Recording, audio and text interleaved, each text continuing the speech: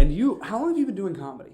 Long time. I started kind of slow start, but started in 2004. 2004? Yeah. In Boston? In Boston. Where you grew up? Yeah. I was in college. I was Okay. at Brandeis. And so I was 2004, I started doing a little stuff on campus. And then that summer between my freshman and sophomore year, I started going into Boston to do stuff at like the clubs. I was like 19. And it's like, part of why it took so long was like, because I didn't have anything that was worth saying to people. Yeah. So when did you want to start? I think even as a little kid. Yeah. I'm like, because there's some comics that I'm always like, that's so fascinating that you never were into stand-up or wanted to do stand-up. But like, I like loved jokes. I didn't really understand what stand-up comedy is, but when I was a little kid, I would always have those like 100 great jokes about dinosaurs. And I just like annoy everyone in my life with those. Yeah, I had some joke books for sure. I feel like I didn't know exactly what I wanted to do, but I was like attracted to like entertainment and art. For sure. Like, so were you an early stand-up fan or just an early comedy fan? I really liked stand-up. Yeah, I was like, I'm trying to think. Probably the chronology's a little garbled, but I'll tell you some of the early ones. The Chris Rock Roll with the New album. That was, what was the name of the special? It was different. The special had a different name. It was like his first big HBO. Was that Bigger and Blacker? Before Bring that. the Pain? Bring the Pain. Yes. Was huge for me. Carlin was huge for me. My dad belonged to the BMG Music Club. Do you remember that? It was like a little before my time. It was this thing where you would sign up. There was another one. The other big one was Columbia House, and that just shut down yesterday forever. But it was like they would give you 13 CDs for like a penny. Okay. Or cassettes, and you'd pay shipping and handling, but it was like, and then you would get one a month that you were subscribed to. So that was kind of the thing of like, now you're beholden to their regular prices until you cancel or like suspend your subscription. So I got a bunch of like stand-up cassettes. And not all stand-up, I guess. It was Monty Python. They had a double cassette, an Ellen DeGeneres album, Foxworthy, You Might Be a Redneck, which was huge. A classic. Truly, I don't think people understand that comedy album went, I believe, triple platinum. And I think you've been on Good One, right? Yeah. Yeah, so I always think about the question that he asked at the end of like, if you could have another comic's joke, totally, you might be a redneck. I can't believe I haven't heard anybody say that. It's as an unbelievable. Answer. I'm like, it feels outside of my culture. Yeah, but it is like struck. Like if I was you, people would be like, "You're a fucking asshole." Yeah, but like when he does it, there is like a warmth and an intimacy about it that you're just like, God, like what a perfect refillable. I mean, like a monster bit. And then at my dad's suggestion, he was like, you really should, if this is what you're into, you should get Bill Cosby's Greatest Hits. He's the greatest. And so that was part of it too, before he was known to be one of the great sex criminals of the 20th century. I was such a big fan of him. And then I found out he did stand-up. Brutal. Yeah. No, actually, I think that I fortunately missed that one. I'm familiar with him a little bit, but I think I'm young enough that he was not such a huge influence on me. Sure. That it was like, oh, no, like for me, like, you know, like Louis is a big one where I'm like, that was like a huge influence on me. I've been doing it long enough that I've seen like kind of waves of like, because everybody I think almost everybody sounds a little like their influences when they start. And it was like when I started, the like people that there were like generations of guys that sounded like it was Dane Cook, it was Mitch Hedberg, and there were like a few others, but like specific, I mean like especially I think white comics had those two. It's like and guys and men. But like those were two that you would just go to a show. If there were 10 comics on the show, you would see like 2 Danes and a Hedberg, like the knockoffs. And I think like there were when I moved to New York, like every guy was doing some flavor of Louis, or like 80% of guys. Yeah, now I feel like right now it's Shane is a big one and Mulaney. Those are like I agree. I completely agree. Those are the two that for like very different groups of white guys. Yes, but still, these are all white guys. Yeah, but I also think like there's a lot of the ones that I felt like have really endured over the last few years are there's still so many people who are like so influenced by Dave Attell. Yeah. I think that is like pretty phenomenal, though. Like his style, which is like so clearly him, like you can smell when someone's doing it, and it's like, oh, he has so many like comedy children. Yeah, yeah. So who were your influences? Gosh, I mean, I'm such a Boston homer, so like it was when I started, it was all the people that were around me. So like people that I would see all the time, like Mike Kaplan, who's here now, and Joe List, and Aaron Judge, and Lamont Price, my friend Sean Sullivan, Dan Bulger, like all the people that I was just like, I gotta get like them. And then the people that had gone a few years ahead, like Gary Gulman, huge for me, Birbiglia, huge, who I think he's also like low-key very influential. Birbiglia, I know...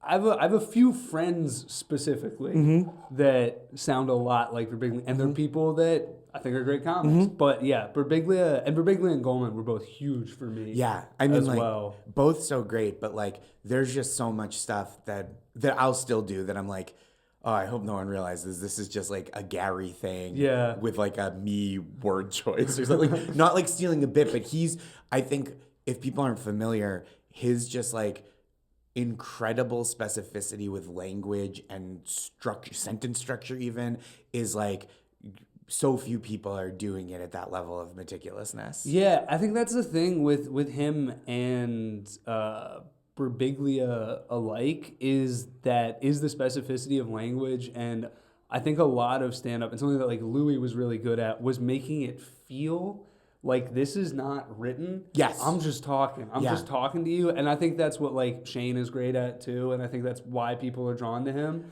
But like with Gary Goldman and Birbiglia, it's like, you know it's written because the word choice is so good. Which I think is like to me, that was such a like Carlin thing too. Yes. Of like, you know, the idea, I think a lot of people who see stand-up casually are like, oh, it's all kind of made up on the spot, right? Because there are people who have such a gift for performing it so with so much like low key, you know, kind of a low key, a kind of casualness to the performance that belies how much writing goes into it. But I, as someone who like watched a lot of Carlin as like a tween, even, it was like, how could you ever think that was off the dome? Right. That's like the structure of it and the like density of it is like, there's no way. Yeah. And I'm sure you've gotten this where like, because I have, sometimes after a show, it's like, did you write all that? Yeah. Did you just come up with yeah. people really totally. are like, and it's like, I mean, some of it I riffed, but like,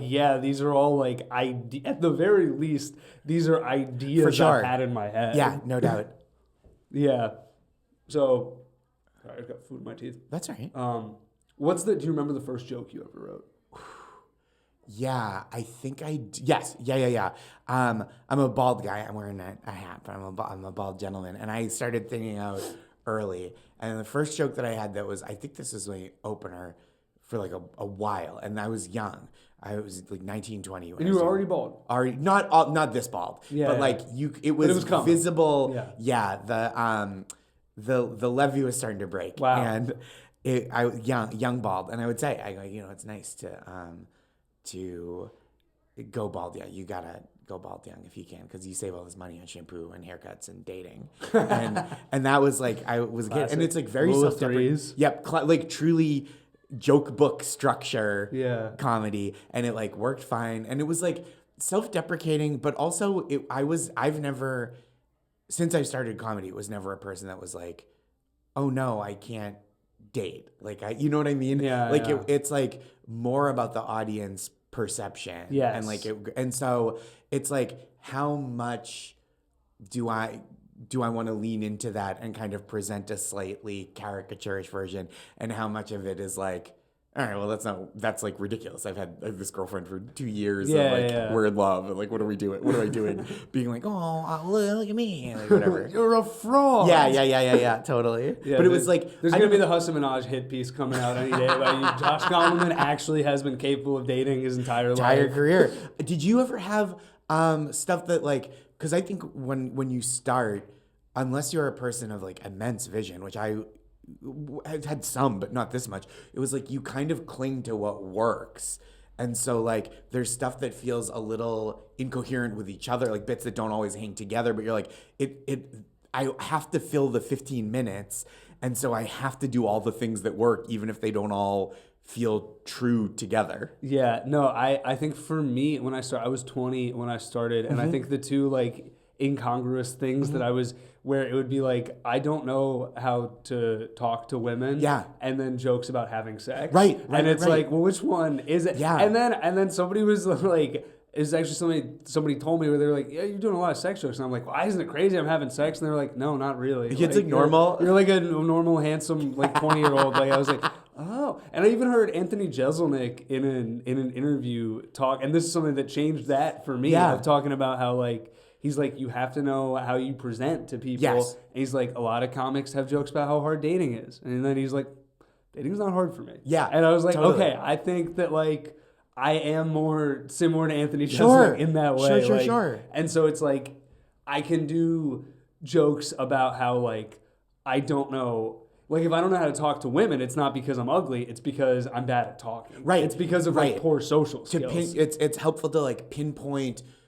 Because both things can be true, right? Like, Anthony Jeselnik, there is a world in which he has a hard time dating despite being, like, a very handsome man. Yeah. But then you have to do the legwork of like, being like... why is that? Yes, exactly. Yeah. You don't get the juice and the like, immediate on-its-face benefit of the audience going, like...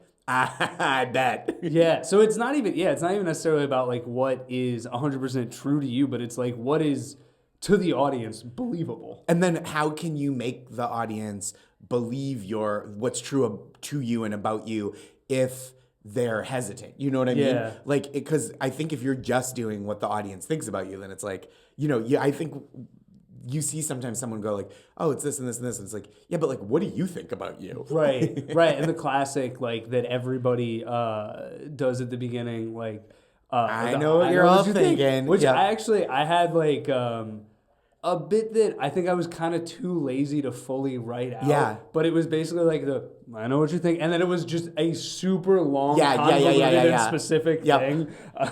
I love that. I love like a twist on the classics. Yeah. Very fun. And you're married? Married. How long have you been with your wife? We have been together for almost 12 and a half years. Okay. Married for just over 9. So that's, and so you've been doing comedy for 22 years? Yeah. Okay.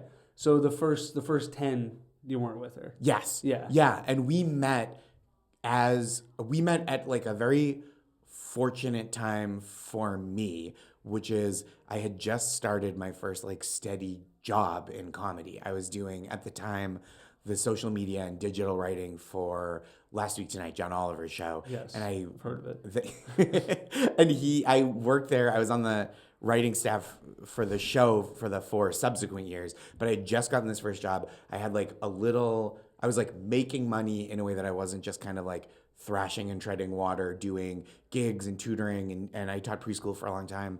And so we met like right as I was able to like take my foot off the gas a little bit in my own head and go like, I'm going to be a better partner than I have been in the past, where like I've kind of torpedoed relationships because I was like, well, comedy was here before you. Yes. And you can't, like, this is like the path I'm on, and like you're not gonna bump me off the path, which is like not a generous or like collaborative way to be in a relationship. No, it's not, but it also is. I think about this a lot, where I'm like, it is necessary if you want to do comedy. Yeah, I think I could have been a better communicator, but I also like don't regret the kind of like early years of hustle and like really scraping it together and being like, okay, I'm gonna give this an honest effort, in the same way that like going to law school takes a lot of effort. Yeah. You know what I mean? And it was like,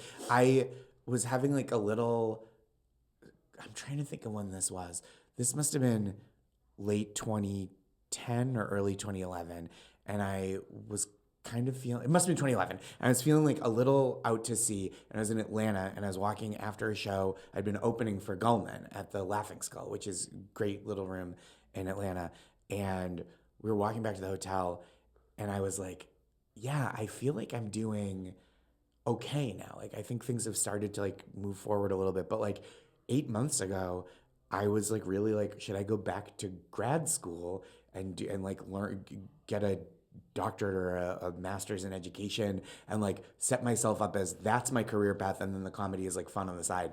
And Gary like very sincerely was like, no, like this is the grad school, like this is, and I was like, oh right, like I am learning a trade on the job. God, he's so wise. I know, the best. Isn't he the best? The best. Yeah, wow.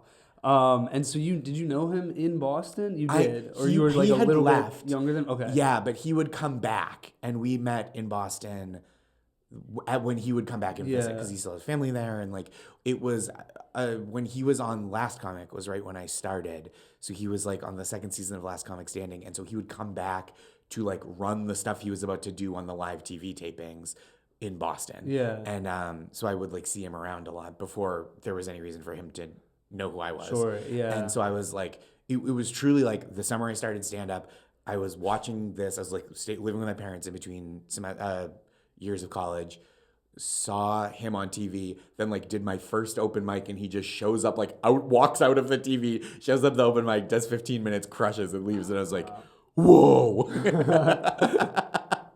Oh, and I didn't realize you were a teacher. Yeah, I taught preschool. My mom was the director of a small independent school for like 10 years. And so I'd work for her in the summers, and I did a little like some classroom stuff for her. And then as I was graduating college, I like knew I wanted to do some kind of writing, but there wasn't a path forward yet for me there. And so I was like, well, I guess I'll like truly, I was like 22, and I was like, I don't know, I guess I'll work in a bank. Like, I don't know, like truly didn't know what jobs were. Yeah. And because I was an English major, and I was like, well, I'm not like a professor. And my mom was like, you're good at this, you like doing it. Why don't you can go to like one community college class over the summer, and with the hours you've already had in a classroom, you'll be like head teacher certified. So I did that. And then for 4 years, I was like full-time in a classroom, tutoring on the weekends and nights, and then doing stand-up in and around Boston. Okay, so you never taught here? No, okay. I tutored here because okay. the office that I worked for had a New York outpost as well as New York, Boston, Philly. And so when I moved here, they transferred me, and that was like how I made money for the first couple of years. Yeah, I'm a substitute teacher. Oh, right on. Yeah. What age groups do you work with? All of them. Mm-hmm. So I've spent a lot of time with preschoolers, but yeah, like similarly, it is that constant thing of like, should I get a master's and like become a teacher? But Gary was a substitute teacher in Boston, so I talked to him about that, and I think back to him being wise, and he was like, when comedy is your full-time job, you will miss aspects of having a day job. Totally. Do you feel that way? Yes, but like I more miss the stability of there are things I miss about teaching because I just liked it and I loved the teachers, the other teachers I worked with. My kids are so wonderful. I'm sure the kids loved you. They were. I had like a really great time. I started a bunch of traditions at the school where like I started like the little holiday play we would do, and then I would write the graduation ceremony every year. And so it was a really fun time, and I would like direct those things. The other teachers were like, oh, I wouldn't want to do this and couldn't really do it. And so that was like really something I brought to the table, and I felt really proud of bringing that to the classroom and seeing the kids like do these performances and how proud they were of themselves was really special. And so like I do miss parts of that specifically. And then I miss, like, I've been out of writers' rooms for the last few years, and I'm like, ooh, even that as a full-time job feels different than the other comedy stuff because you are kind of on someone else's time and project.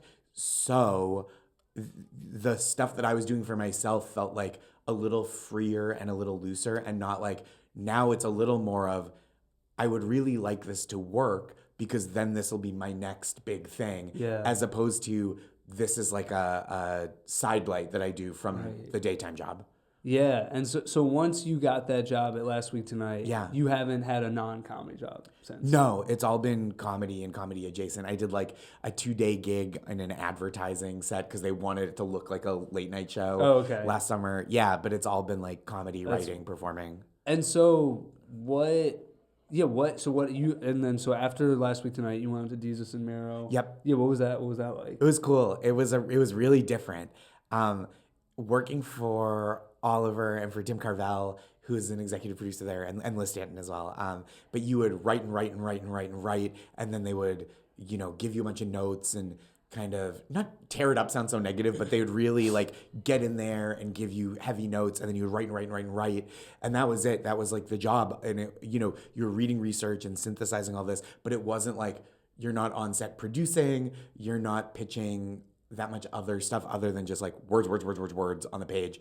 And then at Desus and Mero, it was very much like, okay, you're going to be sitting there for the tapings, and they're going to talk to you during the tapings, and you're going to respond, or like you will be on set producing, like working with a director and helping to produce this thing and like making sure the props look right and stuff.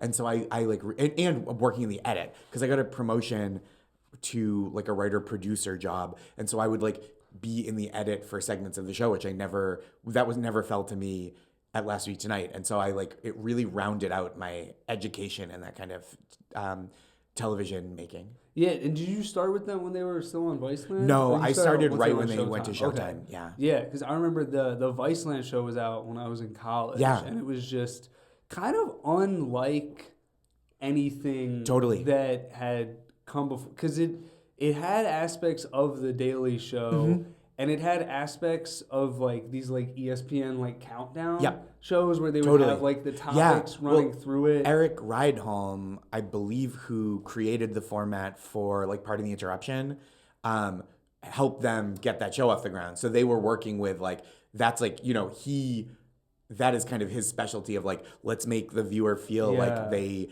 have a handle on what's going on. And like, he's a really great producer, and he worked with them at Viceland, kind of like helping them turn what they do. They had a podcast with Complex, like into a TV show, and not just kind of like the looseness, to take that looseness and like give it a vessel. And then, I mean, they're both individually so talented, but like together there was just something that like nobody else was really doing. No, they had like a real shared language. Yeah. That you see in like in a great duo. So, okay, so whose side are you on? I don't have to take a side. I want them both to be all right and to do good stuff. Yeah. I think I probably am more in touch with Desus, but like when I run into Mero, it's always very pleasant as well. Yeah.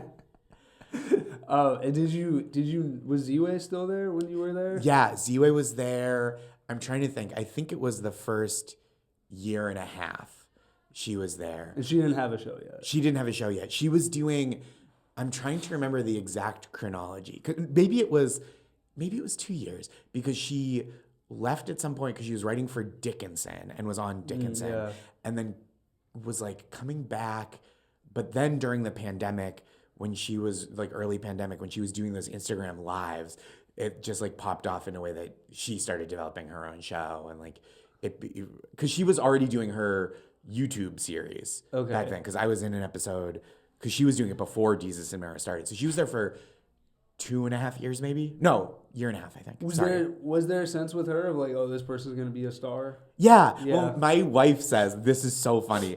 My wife Maurice is like an extremely funny person. She's a writer, not a performer really outside of karaoke, which she's great at. But we did office karaoke at the end of season 1, I think, and like everybody brought their partners, and Ziwe did the Grease mega mix, like all the songs from Grease mashed up, and it was like 5 or 8 minutes or something.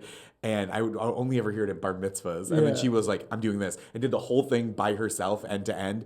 And Maurice like grabbed my arm and was like, that's a star right there. It's so funny how you can just tell some people are just she has such a strong perspective on like what is funny to her and how to put that into the world, and it's very cool. Yeah, and she has like, I think it's a strong sense of self and persona. Like you just watch the interviews that she does, and it's the way she's just like in control of it the whole time. Yep. It's really cool. It's really cool to watch. Yeah. And I think like it's just really wonderful to see her comfort with discomfort. Yeah. I'm so envious of that, because I don't have that at all. It takes me so much like stealing my like girding my loins to be like, I'm going to make this a little uncomfortable for a minute. And she's just like, no. This is like where I thrive. This is like a hot tub to me. Yeah. Okay. Well, I'm interested in that. Yeah. So what was that like when you first started stand up? Because it's very uncomfortable. Yeah. Well, I can be uncomfortable. Okay. I just can't stand to make other people uncomfortable. All right. And so like but when I started stand up, I think I was not as comfortable just doing what I do because I don't think I knew who I was at the level that I know now. And so it was a lot of kind of like doing impressions of like not as a bit, not being on stage going like, what if I was this guy? But like in my head, I was going like, am I this guy? And then I'd be like, probably not. And then feeling it out and then like trying to find a place that's closer to like how I talk and who I am and like what I think about things. Yeah. How long would you say that took you? It took me, the first year was just experimenting. Like the first year I didn't have fun at all on stage. And I did it because I was like excited and curious. And then I started feeling like, okay, I have these bits that I think work regularly. That's a comfort. And then I started having bits that I feel like represented things that I actually am like, oh, this to me is what's funny. This isn't just what I think audiences will think is funny. Yeah. Yeah. Yeah. And then in terms of like not wanting to make the audience uncomfortable, how do you think that has like affected your comedy? Oh, interesting. Yeah. I mean, like I work really hard to put people at ease. And I think it's one thing that is interesting about stand-up, and maybe this is a little projecting, but like I find that in certain contexts, because I have a gentle manner on stage, that there's like a little bit of a distrust because they're like, so I need to, the real challenge was figuring out how to project confidence and like control over what I'm doing, which extends to like control over what's happening in the room to, more or less, while still projecting like, this is gentle and we're going to have a good time. Cause it's hard because like when people, if somebody's out of line in the audience, I think it is really jarring if I go into there and I'm like, hey man, shut the fuck up. Like people are like, whoa, it really blows people's hair back. And so I have to maintain order in the room. And if things get out of hand for any reason, I have to like continue to project that ease while guiding someone back or like a group back into the fold. It's a little bit like being a preschool teacher. It's absolutely. Yeah. I mean, I used to say on stage, I would go, if people were talking, I would go, hey guys in the front, 1, 2, 3, all eyes on me. That's preschool for you got to stop talking. It's my turn now. And that's great. That's great. You get like a little joke out of it while also getting the message across. Of like, you can't be doing this. Yeah. Oh, that's great. Thank you. Yeah, it was like, I learned the hard way that because there are people that you see on stage that can straight up just be like, hey, you in the front, shut your mouth, shut your goddamn mouth, idiot. And people will be like, yeah, we love this guy. Yeah. And then if I do that, people will be like, wait, you just wanted to do this the whole time. Yeah. You were just waiting because you're secretly bad. Right, because you do, you are a nice guy and you come off as a nice guy. And I think that there is a little bit of a distrust to that of like, there's no way. Yeah. There's no way you're really this nice. He's being a character. And so it really takes like a mindfulness of like, no, I have to be who I am the whole time instead of like, if something goes wrong, I turn into a different guy. Yeah. And were you always like this? You were always like a soft guy? I think so. Yeah. Yeah. That's for sure. Yeah. Yep. It like took a while. Like I think it takes a little while to like figure out how to do that and be comfortable and confident and not just be like, oh, I'm a pushover. Right. Which I still am a little bit. Yeah. But like, I think I've gotten better at like going like, no, I'm gentle and like there's a softness about me, but it is, I also have like principles and integrity and I will stand up for the things that I believe in and I'll stand up for myself. And it just like took a while to get there because to me the premium was always on like being kind to people. Yeah. And what was your childhood like? Like what was it like growing up? Yeah, I have really sweet parents. My mom worked in various capacities in education for her whole career, and she's retired now. And my dad worked in construction, and he's retired now. And I have one sister who's a couple of years younger, and we got kind of the stereotypical thing of like we got very close in high school when I was like driving her around everywhere. Right, yeah. Because I would like take her to dance class after school. My dad had this like old Honda Accord that was stick shift. And it was basically like I got my driver's license as a bad driver at first. And then he was like, well, you can drive this to school. This is like yours. I have a work car. But like this 17-year-old car is like at your disposal if you learn how to drive stick. So I like was so nervous about driving. And then I was like, okay, now I got to do this other thing. And I was a hazard. Oh yeah, I bet. I remember my dad had a stick shift car, and I remember him trying to teach me how to drive it, and I just never. Yeah.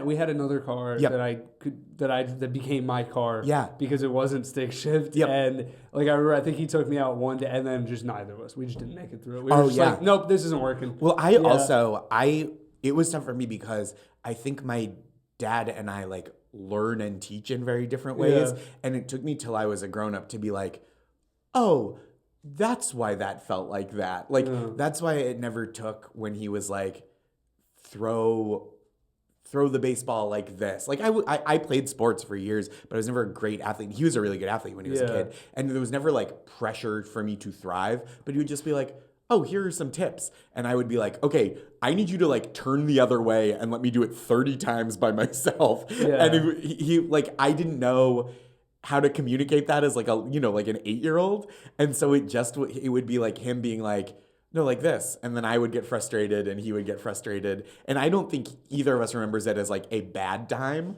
but I remember it being like, oh, I wish I had the tools to go like, this isn't working for me. I need to do this a different way. But like, when you're a little kid, sometimes when you say that, what you're just doing is being a little kid about it. And like, you need to do it the adult way. You know what I mean? Yeah. I think that's the hardest part of kids and adults communicating. And my parents were so sweet and so like thoughtful and generous and lovely, but they definitely had an element of like, especially my dad being like, no, it goes this way because I said so and I'm the dad. So like, do it. Like at some point, this is not a debate. And I was like a little like litigator as a kid, and he had no time. Was just like, no. Yeah. So and what were you interested in? Like I was so I played sports. I did baseball and basketball up until high school, really, and then I was a big reader and a good.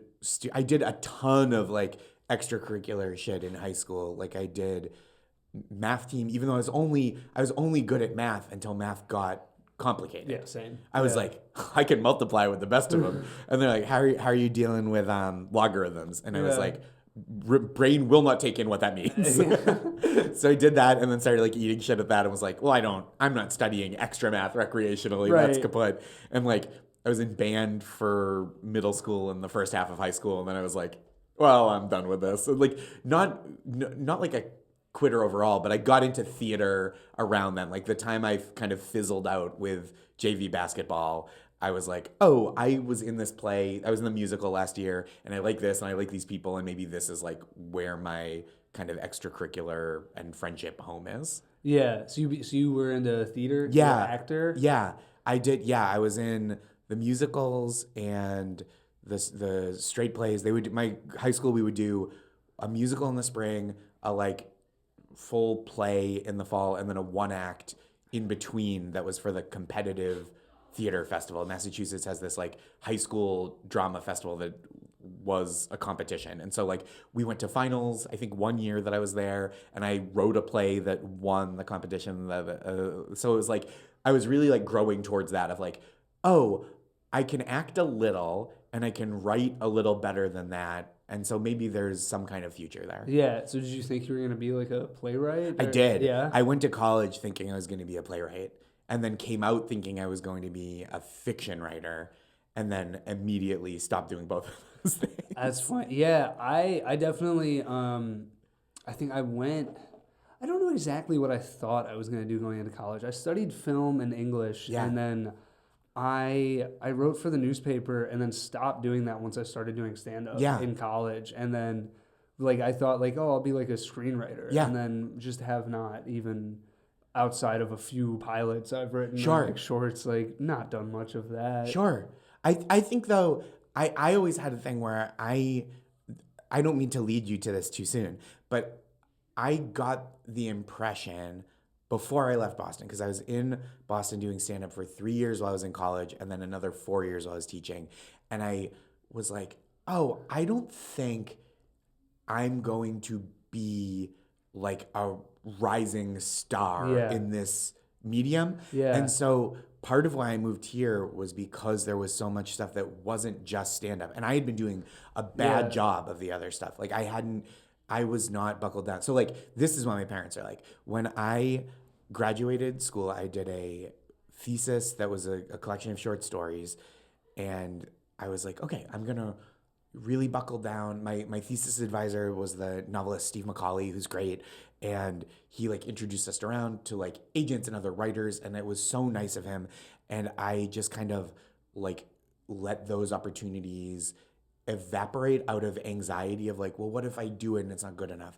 And so my dad sensed that was happening, because I was doing a ton of stand-up but wasn't writing anything else. And so I don't remember if he called me or if I must have said it in person, because they have my parents have no online banking. So this could not have been Venmo. But we were hanging out doing something. Maybe I was out to dinner with them, and my dad was like, look, what would it take to like get you writing again? Like, what is stopping you? And I was like, what the advice I got was like, look into these literary magazines, buy a bunch of them, see which ones fit your voice and your work, and then start submitting there. And my dad was like, okay, well, here's $40. Go get some literary magazines and like really see where is a home for your work. Like we want to support you and like help you do that. And so like, they weren't paying my rent out of school, but this was so focused and generous of them to be like, no, like do the thing that's your dream. This is what you went to school for. This is what you want to be doing. And so around then, I think I kind of drifted towards, oh, maybe TV, like working in TV is like a sustainable way to continue doing comedy and like level my career up and give myself more opportunities. That's not just like praying that the people from the Just for Laughs Festival in Montreal would come to Boston, that I would get booked for the showcase, that I would have the best set of my life, and then that would change the course for me. Because it was really like being in Boston in an era that there wasn't kind of the ability to use the internet to gain a platform in the same way. You really were just waiting for the like 2 or 3 times a year that a scout came through and was like, you got it, kid. Or like applying to festivals, other places, which I had a limited opportunity to do because I was still teaching. So you did write for TV, and that was more sustainable. So what do you think about the way that like the TV landscape has changed now? And it's not necessarily like where like I think for a long time it was like that is the way that comics can support themselves. And you can be a working stand-up and have a day job as a TV writer. For sure.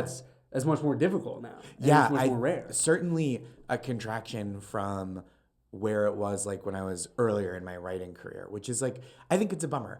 On one hand, I do think there are lots of people doing really wonderful, innovative, rich work in different emerging media, right? And like, I think that's cool. And I never want to sound like I'm talking shit about people who are doing like really great work, whether even it could be like a short form thing for Instagram or TikTok, or it could be like a longer form piece of YouTube comedy. And like it would be extremely hypocritical of me to say that those are bad, because I've worked in all those media as well.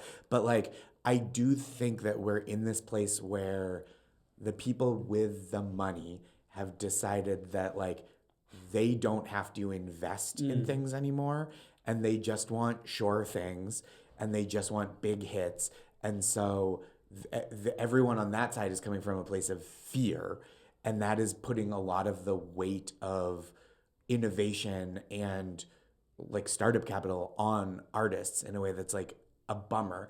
And there is a great opportunity to be had for like, we're going to make something and put it out in the world and see if there's an audience for it organically or that we can reach. But I also am like, I think it is important that the big companies that are still big players in entertainment keep taking risks on interesting new things. Yeah, so what advice would you have for younger comics who like look at your career and say like, I want what he has, like I like the way he's done things. Like, Sure. What advice would you have? I think it's like I always say the same thing to new people and it like sounds so basic, but I think it's durable advice in that it transcends like, oh, this could mean TikTok, this could mean a novel, this could mean like a mounting a play or a solo show.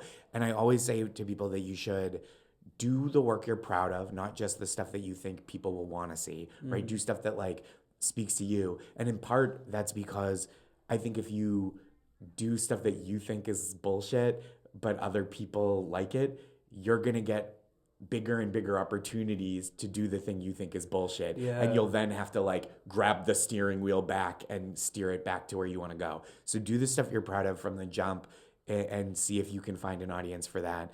And then the second part is like put it, I guess I just said it, but like put it where people can see it. I think, just doing sets at your favorite room where you're very comfortable and then going home isn't necessarily enough to like show people that you have a breadth of talent and dedication and vision. I've always found like if you're not getting that kind of traction just with performing, it's like, okay, then produce a show that people come to and like show off what your vision for a night of comedy is and like how you curate a lineup and host a room and what your voice is and how you set a tone, or whether it's like, oh, we do sketches that we film and put online, like whatever it is, or I have a newsletter or whatever, like whatever it is.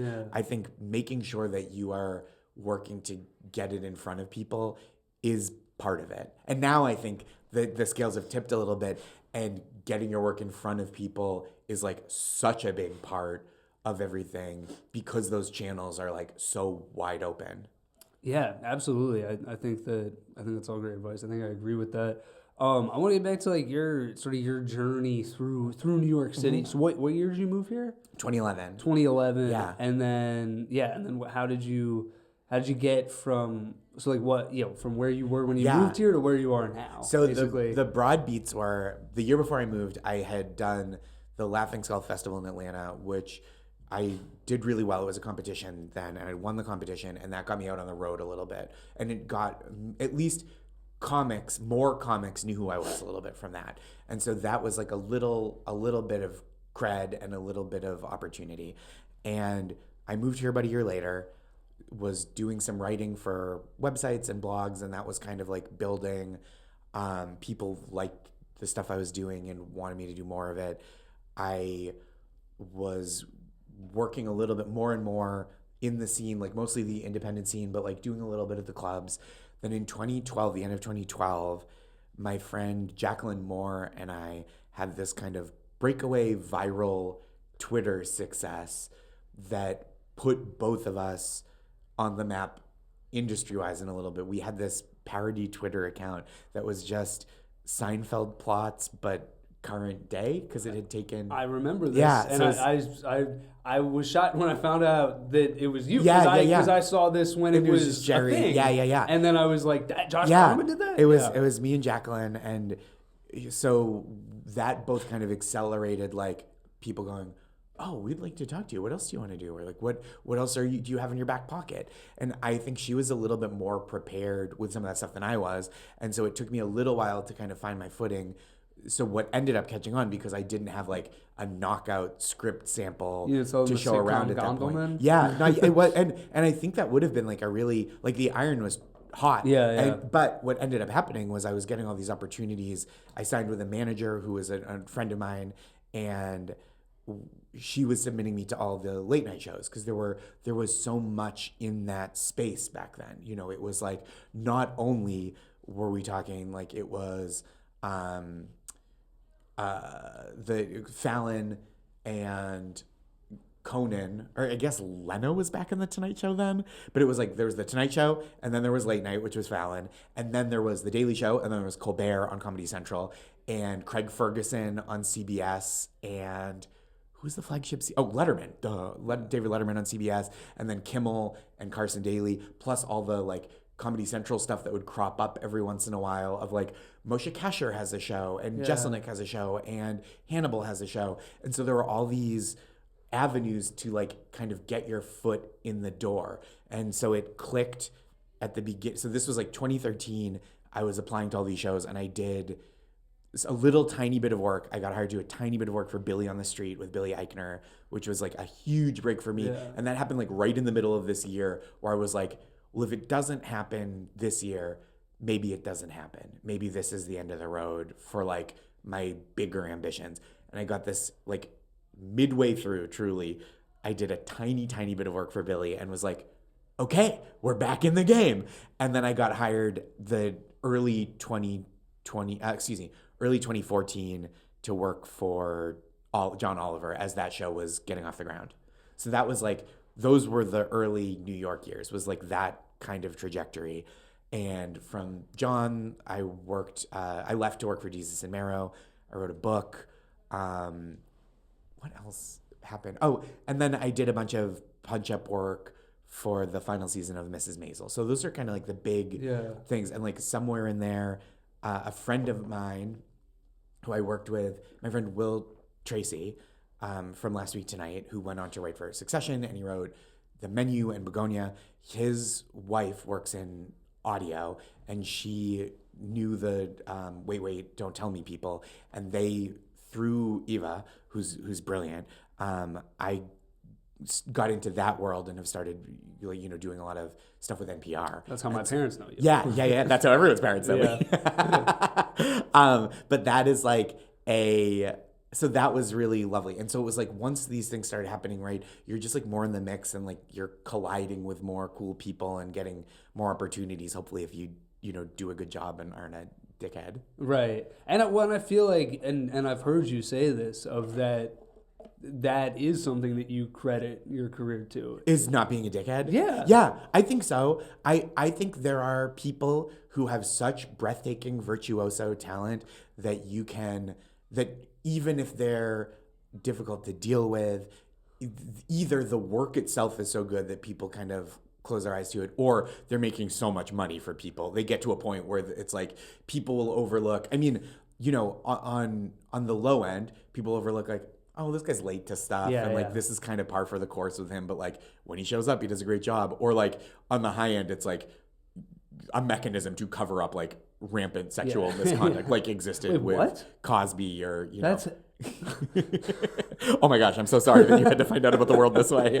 But like, I think I have never had, I don't think, like a fastball that people are just like, this guy is so electric, we'll work with it. And also, I don't think it's a nice way to treat people, is to go like, I'm leaning on my talent as a papering over that I'm going to treat people like shit. Yeah, absolutely. I mean, I think so. I think, I'm trying to think how to phrase it, that there's something with, I think, when the first thing somebody says about you is, oh, he's so nice. Yeah. That I think it's like, how do you balance that with like, because obviously as a comic, you want the first thought to be, he's so funny. Totally. But when one of your strengths is how nice you are, like how do you balance that? I think I try not to worry about it, and I try to like let the work speak for itself too. Like I do think I'm good at my job. Yeah. But I remember at this Laughing Skull Festival in Atlanta, which my friend Andy Sanford had like put me up for. He was like, oh, you should do this. Like you should apply. Like you'd be great for this. And when we're at the festival, I remember he was introducing me to, I think, Dave Stone, or both of them, very funny comics. And he goes, oh, this is Josh. He's like the nicest guy. And then he goes, oh, and he's funny. And Dave was like, thank you. And I was like, thank you. Yeah. But I think, again, being an adult and having accomplished like I have a pretty decent resume. And I think when I show up, I get the job done and am serious about it, that I just have to trust, like, it's nice to have that reputation as a kind person, and that people will get me right. Like they'll see what I've done and like what I do, and it will not feel like a euphemism when people are like, oh, he tries hard. Right. But also, I think there are lots of people that are nice, and I get a lot of credit. I think like, first of all, women are just like expected to be nice as part of it, as part of like the price of entry to getting in the room. And then also, I think I get a benefit of my act is very friendly. Like I am like a gentle person on stage, as we talked about, and that makes people think, oh, that's a nice person, because like there are people who are so warm and kind off stage and who on stage are a little more gruff or rough around the edges or really dirty, which like people think my act is clean because I'm friendly on stage. And it's like, I can work clean if I have to, but I had an agent for a while who was booking me for gigs that were like squeaky clean and not telling me because he forgot that I don't always work clean. Yeah, it is funny how that persona, I think like Pete Holmes and John Mulaney are two people like that who like get thought of as clean comics, and they're not. Yeah. They both swear and talk about sex and drugs. And I mean, like Mulaney has always been very open, I think, on stage about being like, I am a person who cannot drink or use drugs because I am in recovery for addiction. And like when he was having the trouble a few years ago with using drugs again, people were so shocked. They felt betrayed. Yeah, in a way where I was like, I don't know. I feel like I mostly feel empathy for this person who knew this about himself and then clearly it is like a health thing. You know what I mean? This person who's always been honest about this and this part of themselves. It was not like he was secretly using cocaine and lying about it from the jump. This and even if that had been the case, he's still an addict. Right. But what I mean is that he wasn't just a guy who was like a mean cokehead. He was a guy who was like, this is something I know about myself and I'm struggling with. And when he went back into active addiction, I was like, I'm worried about his health more than like mad that he betrayed me the audience by doing cocaine. And that is such a crazy thing though, like the parasocial relationships that we all have now. Yeah. Have you, I'm sure, in your career you've encountered some famous people. Yeah. Have you met anyone where you sort of first interacted with them as if you knew them better than you did? Oh, shoot. I've had a couple that were like brief. Like I've had a thing where I've like waved to like in a green room, been like, what's up to somebody, and then been like, oh no, you don't know that person, they're just famous. But like usually I try to keep it, I usually err, I think, in the other direction of being, I don't want to take up people's space and time. And so I'll be like extra like, very nice to meet you, and then just like walk away. Yeah. Who is like the most famous person you've met, or like person you've been most starstruck by? Gosh, I think I got to say hello. Like we didn't talk. He would not even register this as something that happened to him. But I got to say hello to Samuel L. Jackson when he was at Desus and Mero for an interview. And I just was like, hello, thank you for everything. And that was it. And I was like, I'm not going to take up his time. Yeah. But and that was cool as hell. Yeah. But I've like got, in comedy, it's like a small enough world that you meet almost everyone eventually. Have you met Chris Rock?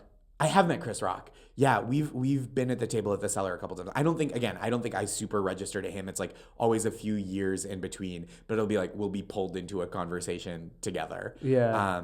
Which is like, pretty I'm very starstruck about that one. Yeah, I mean he's in you mentioned him, he's an early influence of mine as well, so I totally would be super starstruck. It's pretty wild. The one that I missed out on was when I was at last week tonight.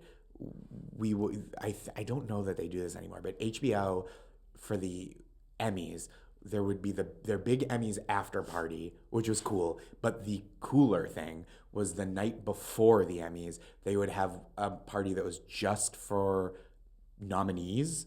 And so like if you were on a show that was nominated or if you were on like a writing staff, you would come to this party and it was like no PR as far as I could tell, no agents. It was like very like low key, and it was awesome. And I like booked not knowing what this party was, just knowing like, oh, I have like a work thing. I'll show up on the early end and then I'll dip out to do a show.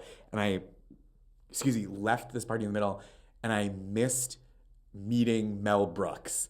And that is like truly my number one FOMO regret of life. Like my friend Scott Sherman, who's a Daily Show writer now, really great, got like built up, because he's also a person that's like, I'm not going to bother them. But he was like, I don't know how many times I have left to go say hey to Mel Brooks. Yeah. And he was like, went over, said hello, said like, thank you. I love your work so much. It means so much to me. And he was very cool and nice, and then walked away. And I was like, God, I'm going to fucking, I'm like I'm seething with jealousy. Oh, wow. Mel Brooks, what a legend. Can you believe he's still alive? I know. It's so amazing. It's really incredible. Yeah. Like I read his memoir, early pandemic, and it was like, I just have such an affection. His early movies were so big for me when I was a kid. Like even watching the like network TV cuts of like Blazing Saddles, where everything's censored and bleeped out and the scenes are cut short. That movie's 5 minutes long. It's 5 minutes long. Yeah. And it's about two guys in the Old West being friends. And that was so big for me. And his memoir has this feeling of like, we tried to make the kind of picture that nobody ever made before, and we did it. It was a smashing success, and I have lunch with everybody that worked on it once a week for the rest of my life. And if anybody else had written that book, I'd be like, I hate this book. You're so self-congratulatory. But because it's Mel Brooks, I'm like, you deserve everything.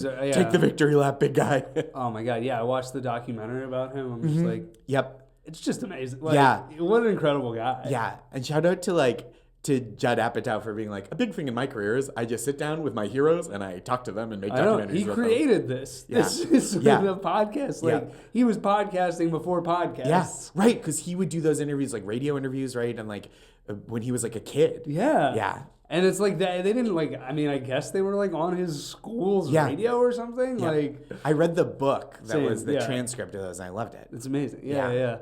And then, when did you get past The Cellar? It was 2016, May 2016, and I had just done Conan, and it was my first late night. It was something I really, really wanted for a long time, and it finally happened, and I flew out and back in like a day just to do it, and I was really excited for it, and I remember I was at Broadway Comedy Club running my Conan set, and it was with John Fish, who I'd known, another huge influence on me, Boston guy, who's been here for a long, long time. But he is so funny, such a great joke writer, and like just well respected in the scene.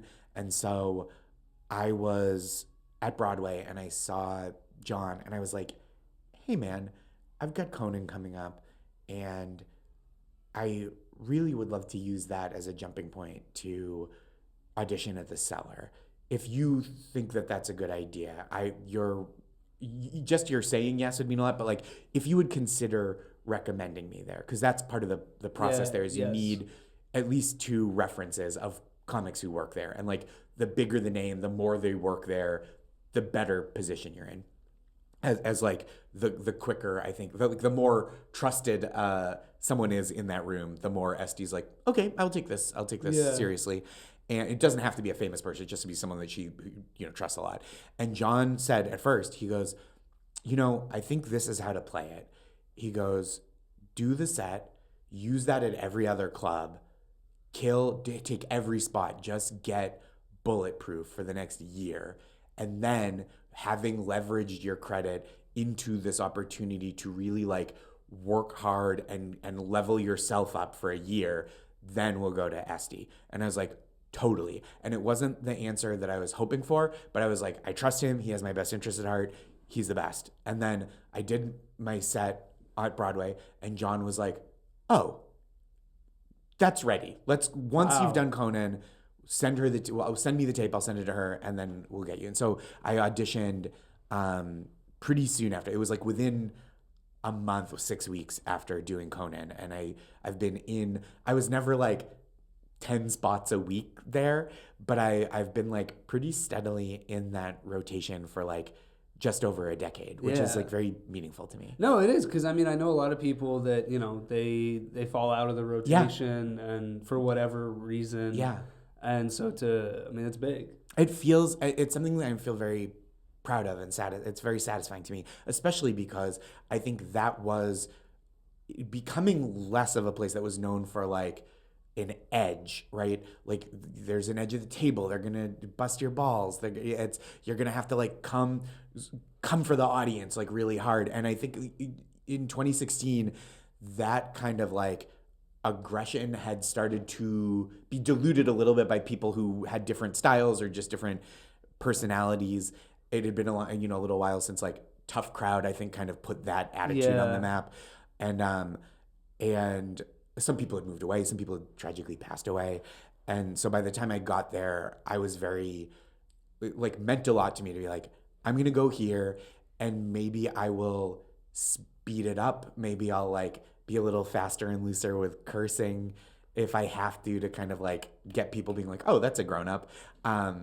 But to be able to go there and like do my act and not have like a separate act where I go, and this is for where I have to be like gruff and tough, it really has meant a lot. Yeah. And so who's the other person that Goldman. Yeah, okay. It was Gary. Yeah. Gary and John were very generous about that. Yeah. And so was it just feeling like, what made you feel like you were ready to ask for that? Was it just like, I'm good enough for Conan, I should be good enough for the Cellar? I think that was part of it. And I was also like, okay, my writing career had kind of sprinted out ahead of my stand-up career. I was in rooms, we worked through the weekend. So even though I had this new credit that people would take notice of, I wasn't on the road a ton for most of the year. And so it took me a while to get this late night credit. And so I think there was part of that was like, okay, this is legitimate enough. And part of it was like, oh, having this is the right time to parlay this into something else. So it wasn't just like, well, why am I good enough for TV but not for the clubs? It was like, oh, doing this and just having this great tape, and it went well. It wasn't like, again, it wasn't, this is shot off into the stratosphere, but it was like, oh, I can headline a little more on my off weeks because of this, and it looked good and I did a good job.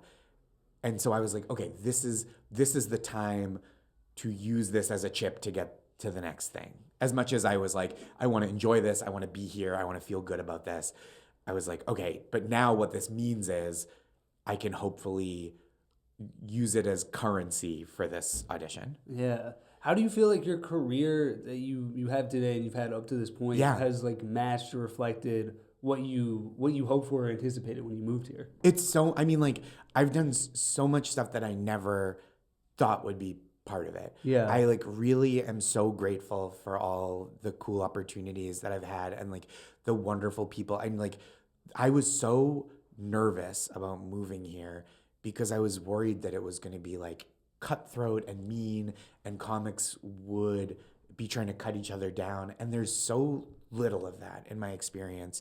And excuse me, there's so much community and so much uplift.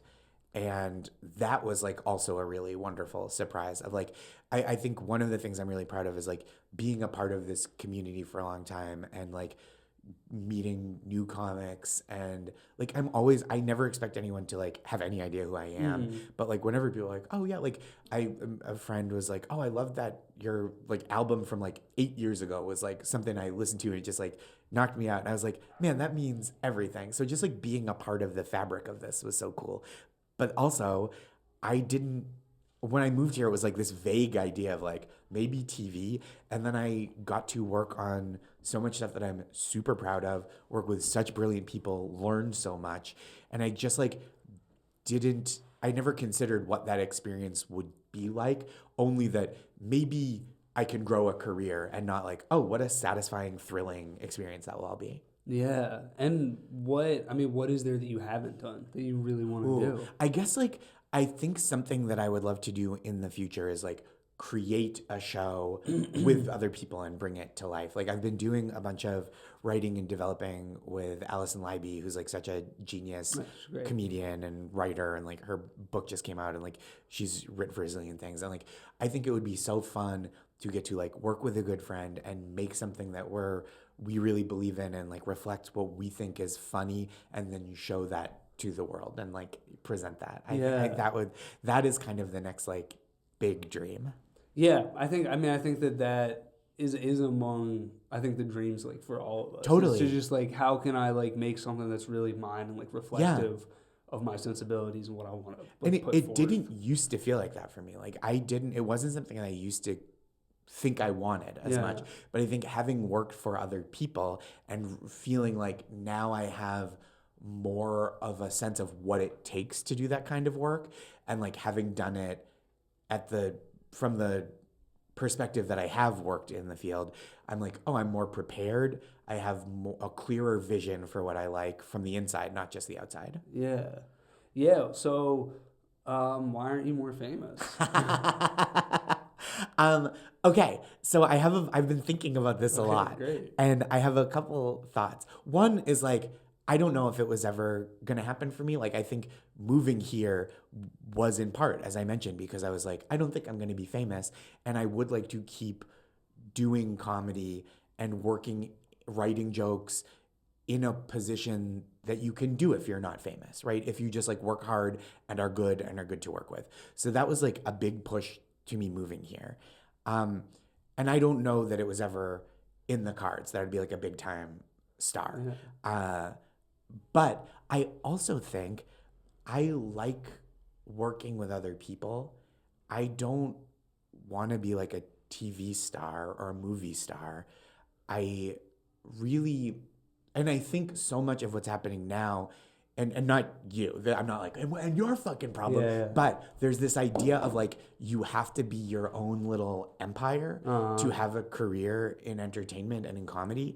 And like, I don't know that that's healthy as an imperative.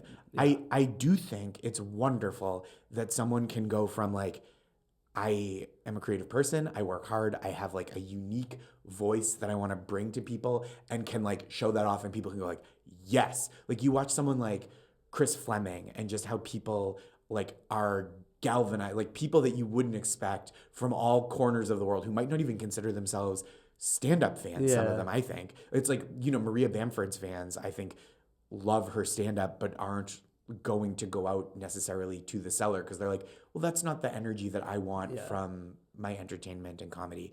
And maybe they do. I'm sure there are people that do both. But I don't think that it's right that there's the imperative to be famous and that like everything is kind of like, well, no, you have to be the face of the thing and you have to invest everything in yourself, where I really love being a part of a team. And I think it's really special and excellent to be part of a team and like make a living that way, in a way that's like a little more behind the scenes. And like, I also love the idea of, there's SAG-AFTRA as well for even very famous people, but like I have had years of union writing jobs, and that's really meaningful to me. And like, I was really invested in the union and organizing within, and like I was in the negotiating committee for the new contract. And so like that kind of work is also really meaningful to me. And so like, would I like to sell more tickets to my live shows? For sure.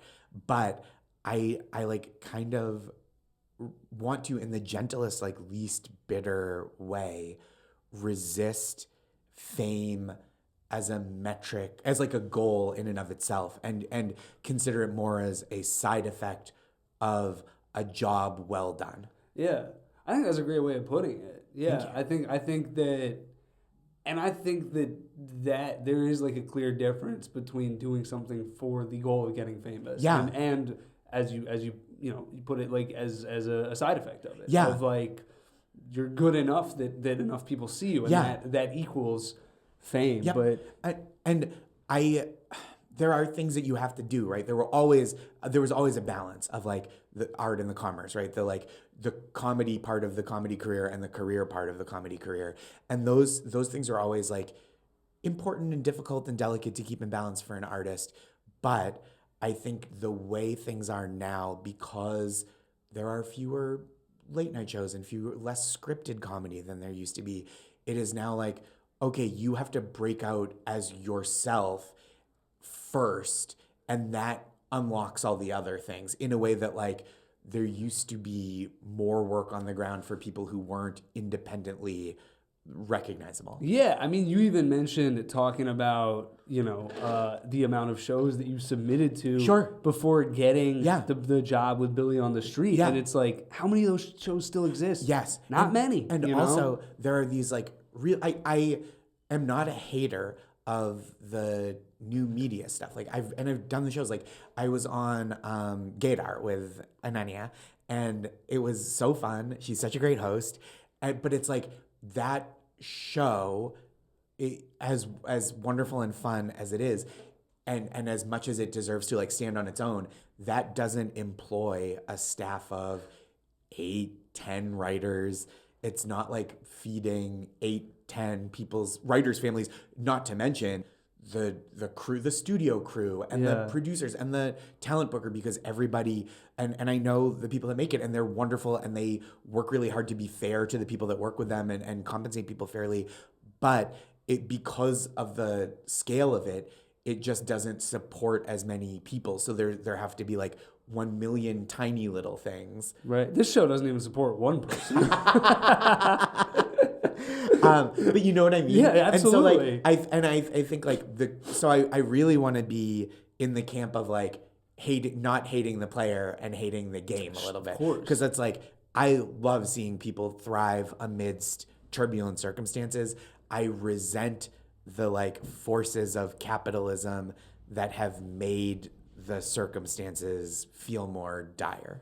Yeah, definitely. And I think that no shade to any of those shows. For sure. I have people that have been on the podcast that host them. I'm friends doubt. with those people. Like, but at the same time, there is something when I see all this and I'm like, is this is what we're doing? Like, is this what we wanted to do? And totally. And I also think that it is really hard. I know people that are supported by their podcasts and like, I thought you were going to say parents. No. I know people that are supported by their parents too, but I'm not going to put them on blast. But I know people who are supported by the podcast or whatever. Yeah. And it's like, I think when you have to be famous to at least a group of people, right? You have to have like enough of a following, but you're not insulated by like union protections or the schedule of a TV season.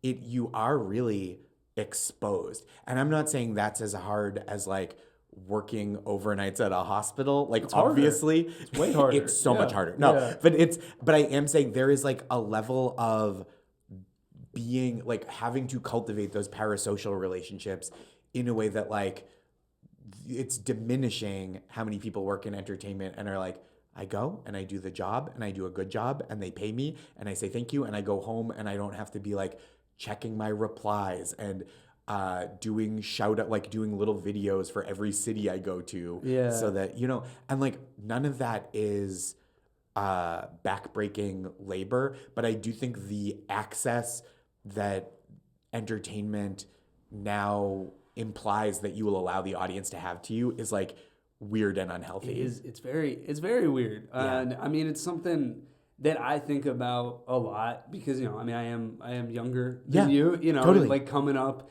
in a different age where like the internet is so present. Like at what, how many years into your comedy career did you have an Instagram account? God, I think it was probably like a little after Instagram started, which is like the early 2010s. Yeah. So I'd been probably doing stand-up for like 10 years before Instagram. I had Twitter, but like it became, and I think all these tools are like really excellent as an opportunity, but it also I have more fans listen for whatever than I would if they didn't exist. Yeah. But the fact that it's like, okay, anyone who's going to fund anything, instead of being like, okay, we'll pay you a couple bucks to do a pilot and then we'll put you on a network or we'll set you up for success. So much of it now is like, you go get the following. Yeah. And then when your like arms are overflowing with business, we'll do that for you. And it's like, well, then what are you, like, why wouldn't I just hire people, which I also don't want to do. Yeah. I'm not trying to like run I'm not trying to like have an org chart. Yeah. We can't all be Jean Marco Cerezi. Right. And he's great. And that's no shit against him. No, but it's like exactly that. And it's like, he has such a great brain for that. And it wouldn't work if his act didn't work. Yeah, he's a great comic, but he also happens to be a great businessman. Yeah, he's really, but that, I think people aspiring to his level of business, more of them should aspire to the his comedy part. Comedy. Yeah, Exactly. He's sort of the Jay-Z of comedy. Yeah, a real hustle.